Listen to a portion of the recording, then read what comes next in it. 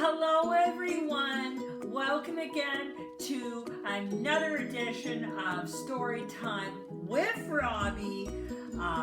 Today we are continuing with the Halloween themed books. Today it is skeleton and mummy themed books for you today. So I really hope you enjoy. I am going to be reading Give Me Back My Bones by Kim Norman. And I'm going to be reading Skeleton Meets the Mummy by Steve Metzger. And I'm going to be reading Muffins for Mummies by Adam and Charlotte Gillian. Hope you enjoy. Let's get started. Alrighty, everybody. The first story I'm going to read today is Give Me Back My Bones by Kim Norman. Here we go.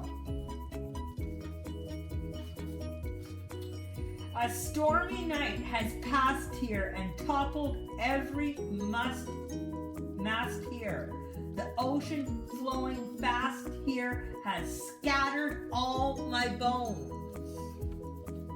Help me find my head bone, my pillowed on the bed bone, the pirate's flag of dread bone. I'm scouting out my skull. Now I need my jawbone, my chicken chomping sawbone. I'll starve without my jawbone.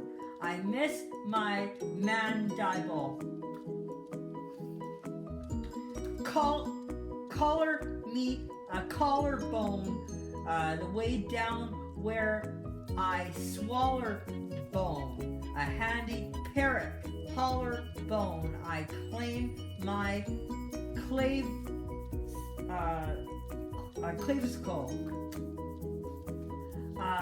Give me back my breastbone, the center of my chest bone, the hold my ribs, the best bone. Return my sturdy sternum. Who can spot my shoulder blade, my shrugging jacket, holder blade, my shiver when I'm colder blade? Oh, scapula, come back!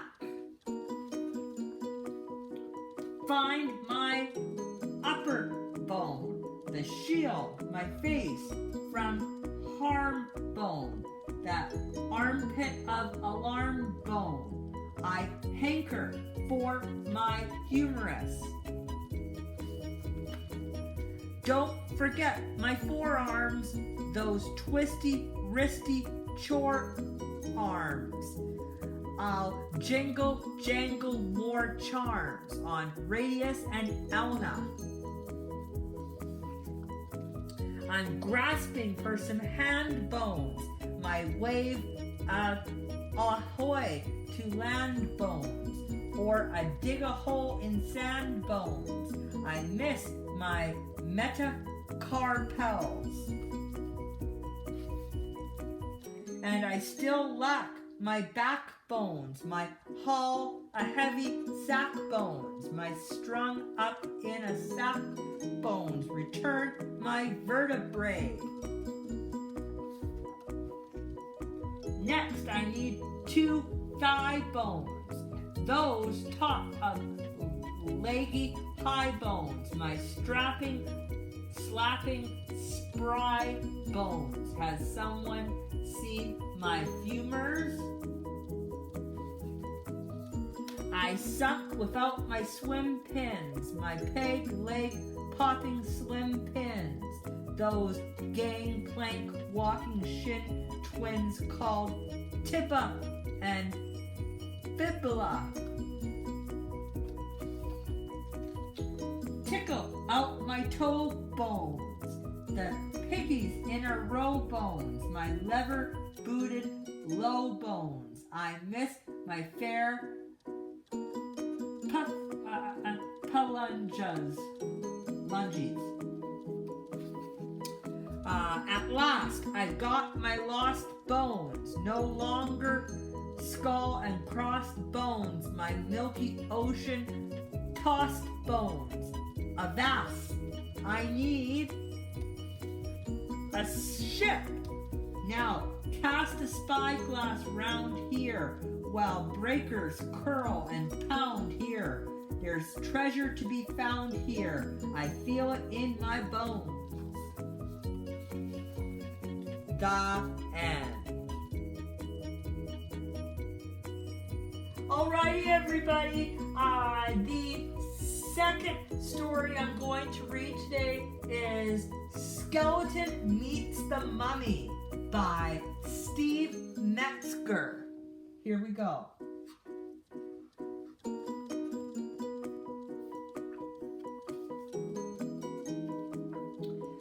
Sammy couldn't wait to go trick-or-treating. He didn't even need a costume. Not so fast, his mother called. Sammy stopped with a click and a clack. I need you to bring this thermos of hot soup to Grandma Bones. There's a chill in the air tonight. But Mom, Sammy said, Derek is waiting for me.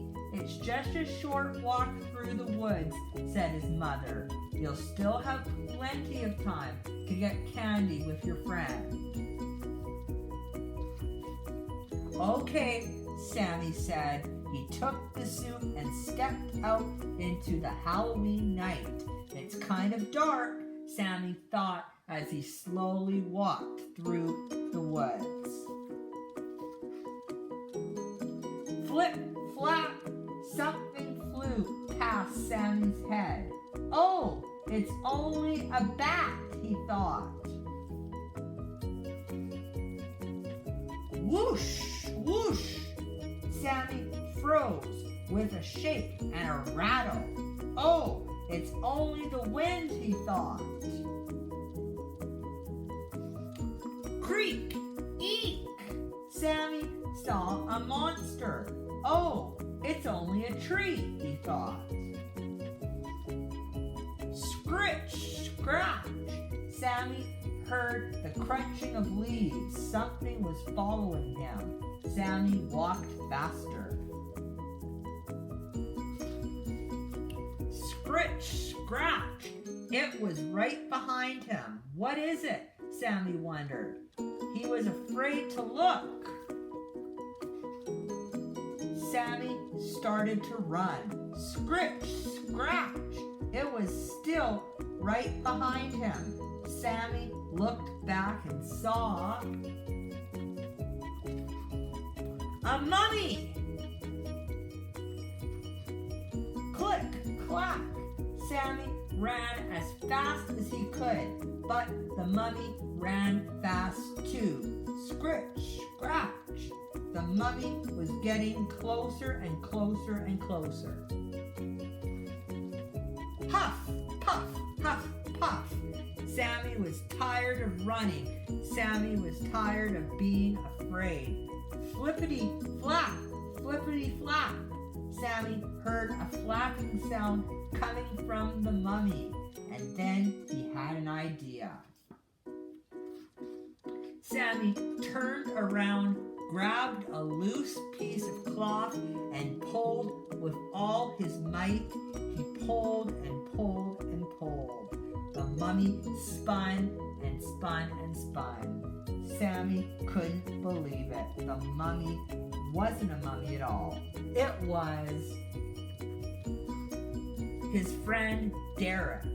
You scared me, Sammy exclaimed. Well, it is Halloween, said Derek, and now that I've tricked you, it's time to get some treats. Okay, Sammy said, but before we start, I have to go see my grandmother.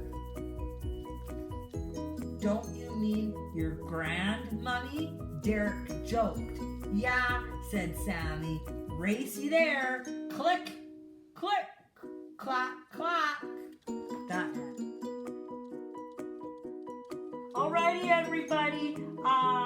The third story I'm going to read today is Muffins for Mummies by Adam and Charlotte Gilliam. Here we go.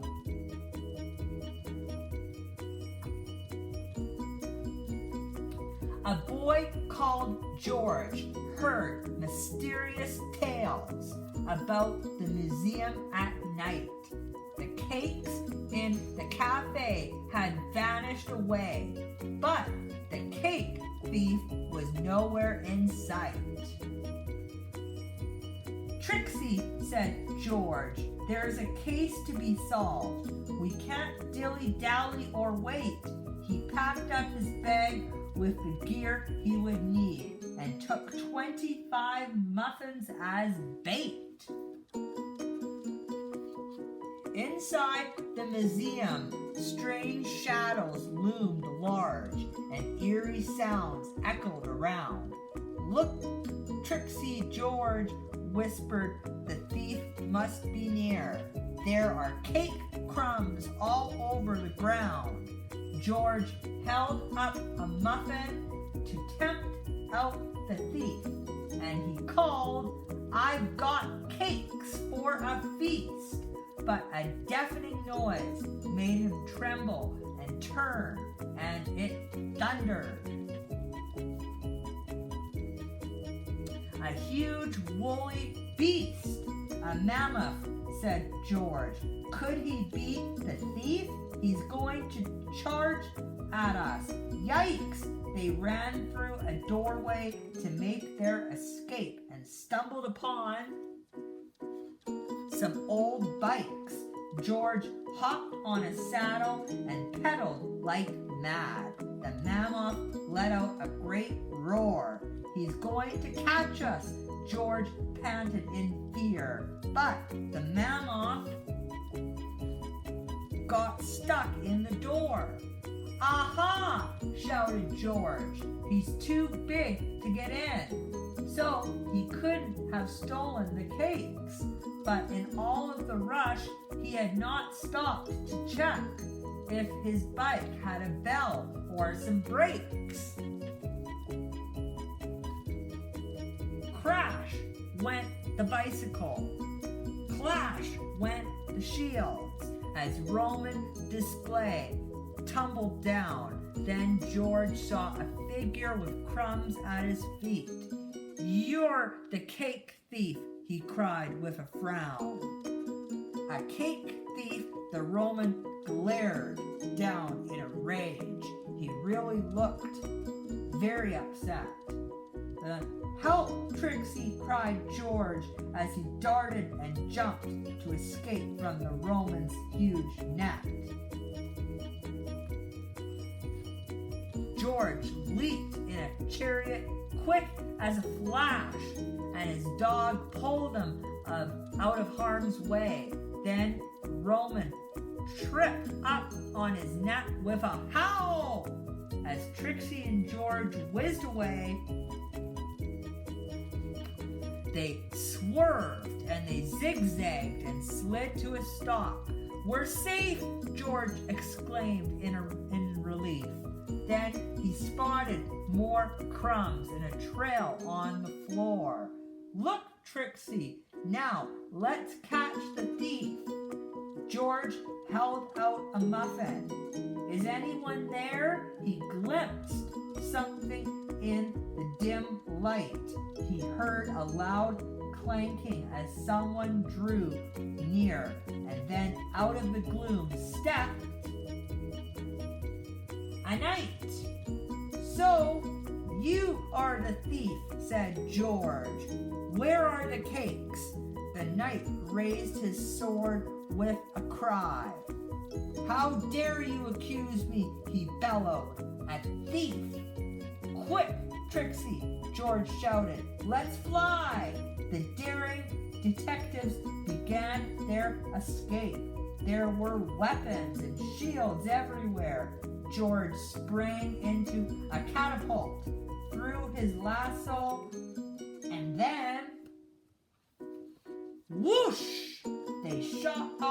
through the air. George fell with a bump in a dark, chilly room.